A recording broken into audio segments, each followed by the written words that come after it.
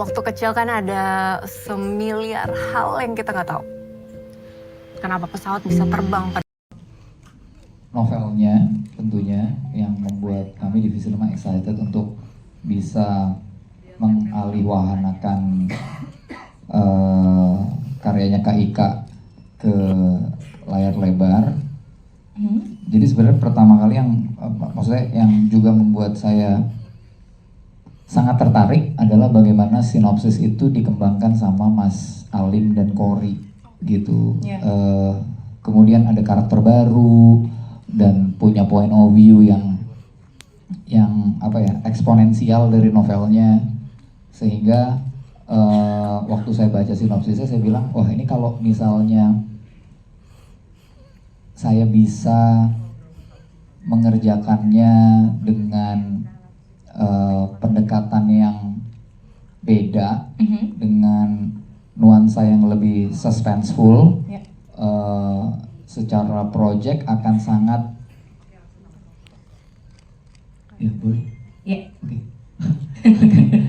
secara project akan sangat memberikan saya kesempatan untuk eksplorasi lagi gitu. Untuk eksperimen dengan bentuk yang baru yang secara storytelling saya nggak pernah masuk ke ranah ini gitu. 13 bom action, heist di Mencuri Raden Saleh, lalu kemudian di NKCTHI film keluarga gitu. Tapi ini kayak sesuatu yang berbeda. Dan waktu Kak Ika kasih green light untuk bisa mengerjakan ini dengan cara saya melihat ceritanya yang ditulis Kori dan Mas Alim dan juga Kak Ika, jadi makin excited gitu. Dan kemudian bagaimana 3 dunia ini bisa diceritakan dengan 3 medium yang berbeda gitu. Lalu keluarlah dengan konsep di mana ada digital, ada 16, ada 35 mm, supaya mudah-mudahan nggak cuman cinematic experience yang berbeda, tapi juga bagaimana dunia AVA ini diceritakan dengan caranya masing-masing. Gitu. Kalau tadi diperhatikan konsep komposisi, letak kamera, gerak kamera antara tiga dunia ini juga diperlakukan dengan cara yang berbeda gitu. Dan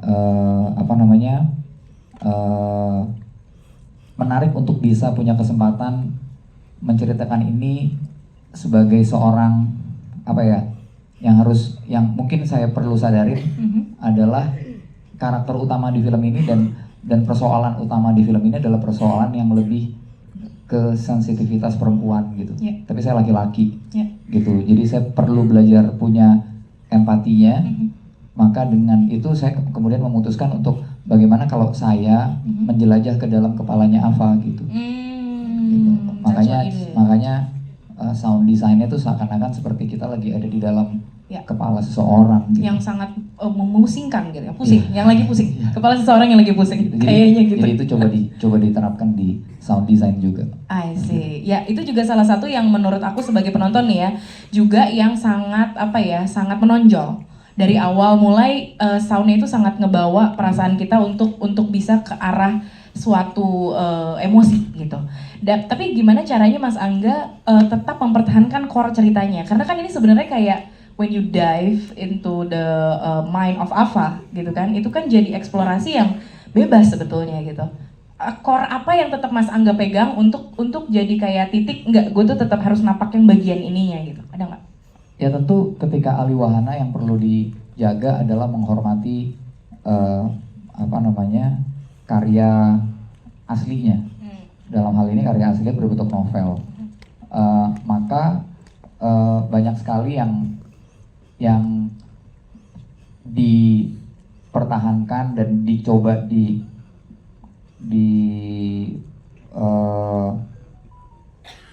treat dan diceritakan untuk bisa hadir di ruang nonton ini adalah benang merah dari pemikirannya Kak Ika gitu. Itu yang harus tetap dipertahankan. Sebenarnya core cerita novel ini tuh apa sih? Kenapa sih novel ini ditulis? Kenapa novel ini penting untuk ada dan dibaca sama orang? Apa yang kira-kira orang bisa tangkap dari novel ini? Terus world building novelnya itu seperti apa? Hal-hal yang itu yang kemudian buat saya adalah benang merah dari sebuah karya yang harus dipertahankan ketika dialihwahanakan. Terus berubah jadi pertanyaan-pertanyaan yang ribet. Misalnya apa? Telepon. Oh gitu, oh beneran dia tiba-tiba telepon langsung mati gue. Ya terus habis itu ngepis lewat telepon dan saya nggak pernah ngeliat video castingnya sebenarnya. Itu dia. Jadi manggil casting tapi hasil castingnya nggak Nggak dilihat. Formalitas doang sih. Pokoknya jadwalnya aman, yuk sama Laura Basuki gitu. Kalau sound design memang saya ini project kedua kalau nggak salah sama Ipong, sama sound designernya, dan senang banget kerja sama Ipong sama Abel, musik director, juga sama Hendra sebenarnya. Jadi kita berempat tuh karena setiap saya syuting selalu edit on location. Jadi yang lain kenapa saya kurus, karena yang lain makan siang, makan malam saya ngedit gitu. Jadi bukan karena obat-obatan ya teman-teman.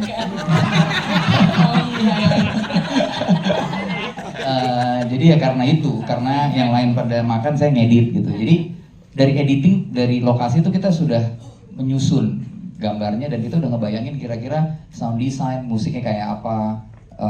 Lalu kemudian waktu sound design, saya cuma bilang sama Ipong, simple, Pong, bayangin kita ada di dalam kepalanya Ava, gitu. Jadi kita mau bawa penonton tuh ada masuk ke wahana, yaitu kepalanya Ava Alessandra. Jadi ada satu lirik dari lagu U2 yang jadi inspirasi dari treatment ini, I wanna trip inside your head gitu. Jadi kayak kita mau gimana ya rasanya masuk ke perjalanan kita yang orang lain, masuk ke perjalanan kepala orang lain gitu. Dan kalau musik tuh memang waktu itu saya sama Abel tuh lumayan sering kerja bareng, dan di sini tuh kita pengen eksplorasi sebenarnya classical music gitu. Yuk kita get rid of 13 Bombs yang sangat sangat tense gitu, tapi maksudnya sangat techno dan segala macam.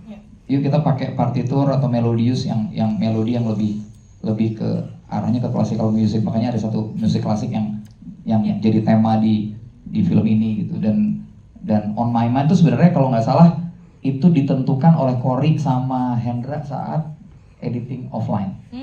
Gitu, mereka menemukan lagu ini, terus di pitch ke Abel bilang ya gue pakai aja deh sampai ending gitu. Terus Cory sibuk dengan rights-nya. Terus berubah jadi pertanyaan-pertanyaan yang ribet. Misalnya apa? Ketika saya baca novelnya, saya bisa punya dua perspektif. Yang pertama, saya sebagai pembaca, penikmat yang menyaksikan dunia Ava di novelnya. Kemudian yang kedua, saya memasukkan diri saya menjadi orang pertama gitu di novel itu. Itu yang menarik pertama. Kemudian yang kedua, sebenarnya di setiap mengerjakan film, saya punya playlist musik sendiri. Itu sangat membantu buat saya. Dan di sini saya diberi keberuntungan, Mas Angga juga nge-share playlist yang dia buat ketika membayangkan adegan-adegan tertentu gitu. Itu yang mempermudah saya untuk membaca pikiran dan mood apa yang ingin disampaikan ketika mengerjakan proyek ini.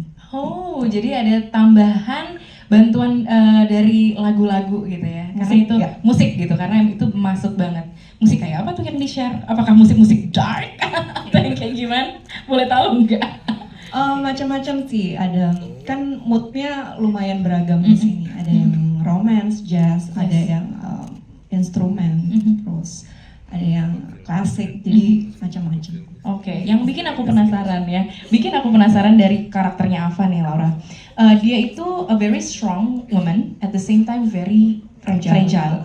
Gimana cara kamu ngeksplorasin itu dan ngeluarin sisi itu untuk kebutuhan pada saat syuting gitu ya, bergantian gitu, karena kadang kita ngelihatnya tuh even di satu momen dia bisa dua-duanya gitu, nggak gantian gitu. Ya apa yang kamu lakukan? Kadang-kadang dalam sehari bisa ganti 3 karakter sekaligus. Jadi kebanyakan memang berurutan gitu. Misalnya ini minggu ini ngerjain Ava, minggu ini ngerjain Raisa, minggu ini ngerjain Maya. Tapi ada beberapa hari kan kita terbatas waktu dan lokasi gitu misalnya. Jadi sehari itu bisa ganti-ganti kepribadian beberapa kali gitu. Jadi dibantunya sama ya setnya juga, kemudian lawan main, dan ini sih kebantu sama cast dan kru yang terlibat aja. Oke. Misalnya kayak, kenapa aku ada di sini sama kamu? Mati gue. Kok dia bisa nggak Gue kepikiran? yang kena nih peran menantang ini. Tapi di satu sisi bahagia banget akhirnya bisa punya kesempatan untuk didirect Mas Angga. Dan yang sebelumnya aku cuma dengar review dari pemain-pemain lain, dari kru-kru lain, bagaimana Mas Angga bekerja gitu. Pengalaman menyenangkan yang mereka rasakan, yang akhirnya aku bisa buktikan sendiri. Aku melihat bagaimana Mas Angga bisa begitu detail mengorkestrasi semua elemen dalam film, tapi di satu sisi juga orangnya sangat cheerful, suka bercanda, sampai kadang-kadang udah mau take, saya udah serius nih, ya action, ngawak, ketawa deh, nggak jadi take, terus nungguin saya kelar ketawa kayak 10 menit sendiri. Jadi emang syutingnya fun banget. Kemarin nggak berasa tertekan seperti yang saya alami di film. Gitu. Thank you Laura buat jawab.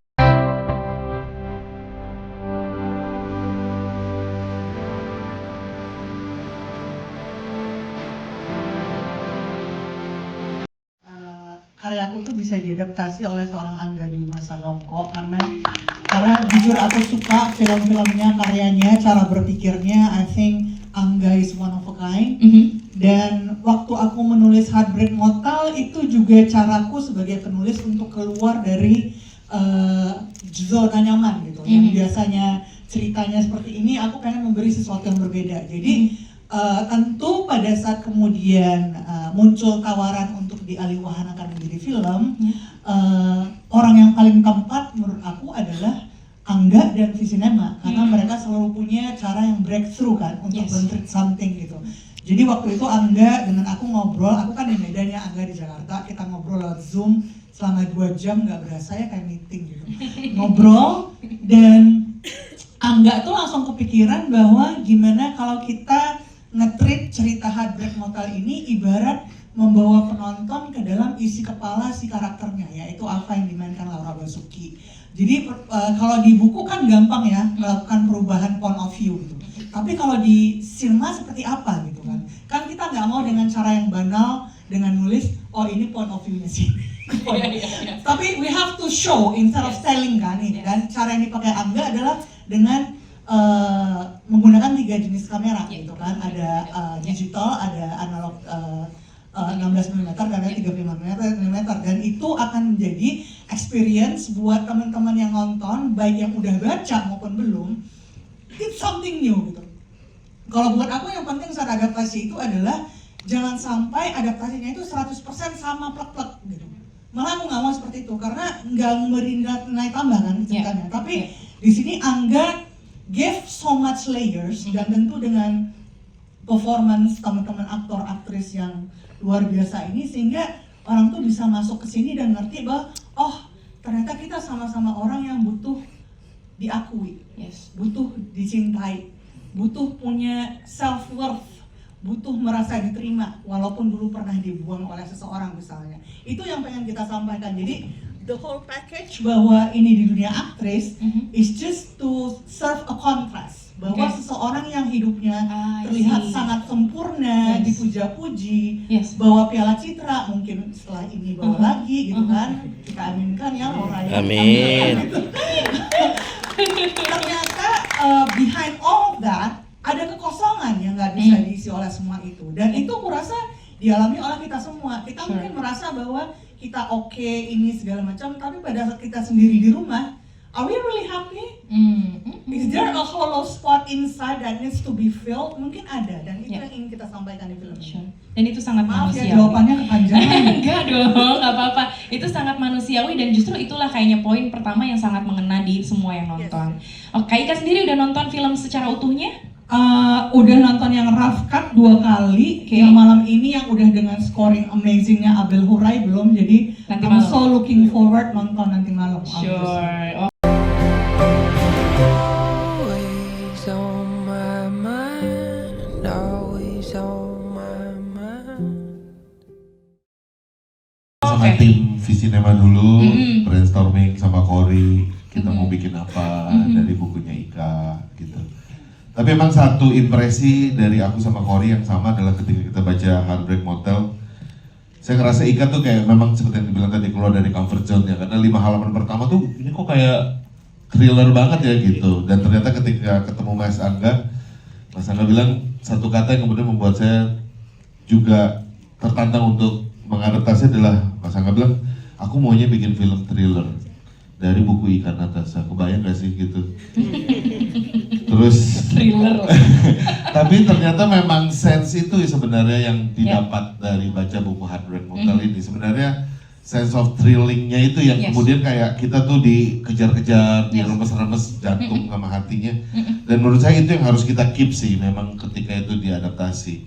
Cuma PR-nya adalah Ika nulis bukunya nyadar gak bahwa sudah sejauh itu gitu dampaknya. Jadi untuk meyakinkan Ika bahwa Kak ini jadi thriller loh gitu, bukan romance yang bikin ini gitu. Bikin menye-menye. Menye-menye, tapi ini thriller yang bikin wah gitu. Deg-degan banget. Terus Ika, nah di situ saya salut Ika sudah dewasa ya dengan enggak ya. Makin dewasa di sini gitu, mungkin karena makin banyak pengalaman filmnya terus makin menyadari gitu bahwa ada banyak hal yang harus diri, dan dia bilang gak masalah gue go gitu. Keren. Jadi keterbukaan dan kerelaan Ika juga untuk diadaptasi dengan sebebas ini gitu. Menurut saya itu satu hal yang juga blessing sih gitu, dan tentu dengan visi dari Mas Angga ya, yang menurut saya sih jujur ngapain sih pakai 3 kamera gitu, maksudnya Iya, karena PR ya. buat saya lebay banget sih gitu kayak lebay banget sih kalau 3 kamera buang-buang duit deh gitu. Kayak 1 kamera aja udah skrip gue, bukunya Ika kayaknya udah worth deh gitu. Cie. Tapi ternyata ya saya baru ngerti Yes. sih kenapa Angga punya, ya orang punya passion, punya visi, punya keteguhan hati, memang pada akhirnya akan menghasilkan sesuatu yang luar biasa sih. Jadi Oke. saya terima kasih. Saya juga rada nyesel sih pakai 3 kamera sih. Sebenarnya ya, repot sendiri ya. Tiba-tiba ada satu tim gitu 3 hari di kantor nggak pulang-pulang, misalnya ngapain? Benerin kamera, kenapa? Ini kamera udah 12 tahun nggak dipakai pak. Terus jadi kita pasti bisa ngerekam apa nggak? Ya hollow malam katanya. Curni. Tapi hasilnya ternyata memuaskan ya. Hasilnya sepadan lah dengan kerempongan yang dibuat sendiri. Waktu kecil kan ada semiliar hal yang kita nggak tahu. Kenapa pesawat bisa terbang? Di sini saya harus menciptakan seseorang raga, kehadirannya ini harus mengisi dan memberikan warna yang berbeda di dalam dunianya Ava. Jadi kalau misalnya teman-teman tadi sudah nonton filmnya, di tengah kemewahan, kegemerlapan, nah raga ini bisa memberikan sentuhan less is more. Jadi memberikan proporsi yang pas, tidak lebih dan tidak kurang. It's very challenging. Ya. Dan menurut saya ini adalah satu hal baru yang belum pernah saya lewatin Oke. dalam proses saya selama menjadi aktor. Wow. Dan sangat karakter menarik ini banget ya. untuk kita bisa di sini bisa berkolaborasi lagi pastinya dengan Angga. Dan ini film pertama saya berkolaborasi sama Reza Rahadian dan juga Laura Basuki, dan pastinya diangkat dari novelnya Mbak Ika Natasha. Wow, luar biasa. Piala Citra. Cik, tapi pada saat akhirnya masuk ke karakter Raga gitu ya, siapa yang paling banyak lo tanya-tanyain soal karakter ini? Apakah Mas Alim, apakah Angga, atau Ika? Pertama ngobrol sama Mbak Ika, aku masih ingat banget waktu pertama Mbak Ika sempat nelfon ya, kita sempat teleponan ya. Baik Kak, aku tanya kegelisahannya apa. Aku udah baca novelnya, sebelum aku baca skripnya pasti aku baca berangkat dari novelnya dulu. Aku tanya pandangan Mbak Ika itu seperti apa. Nah itu menjadi notes buat saya. Dan habis itu tentunya saya langsung ngobrol sama Angga gitu. Angga punya gambaran seperti apa sih Raga, dan Angga membebaskan saya untuk menghidupkan Raga. Oke. Gimana nggak dia menghidupin Raga? Jangan dia jangan kasih ke Angga. Gimana? Review langsung nih. Saya tuh kerja sama Ciko lumayan panjang dari 2014 yang dari Cahaya dari Timur, terus maksudnya dari Sanita Wenela ke ke band, lalu ke Bukaan 8. Kayaknya ini tuh sebenarnya karakter yang paling subtil yang dimainin sama Ciko gitu. Jadi eksplorasinya menarik banget, bagaimana saya malah sebenarnya Ciko tuh banyak yang nggak, mungkin teman-teman nggak kenal gitu. Ciko tuh orang di hidupnya aslinya tuh lembut banget, soft boy, dia. Soft boy, baik.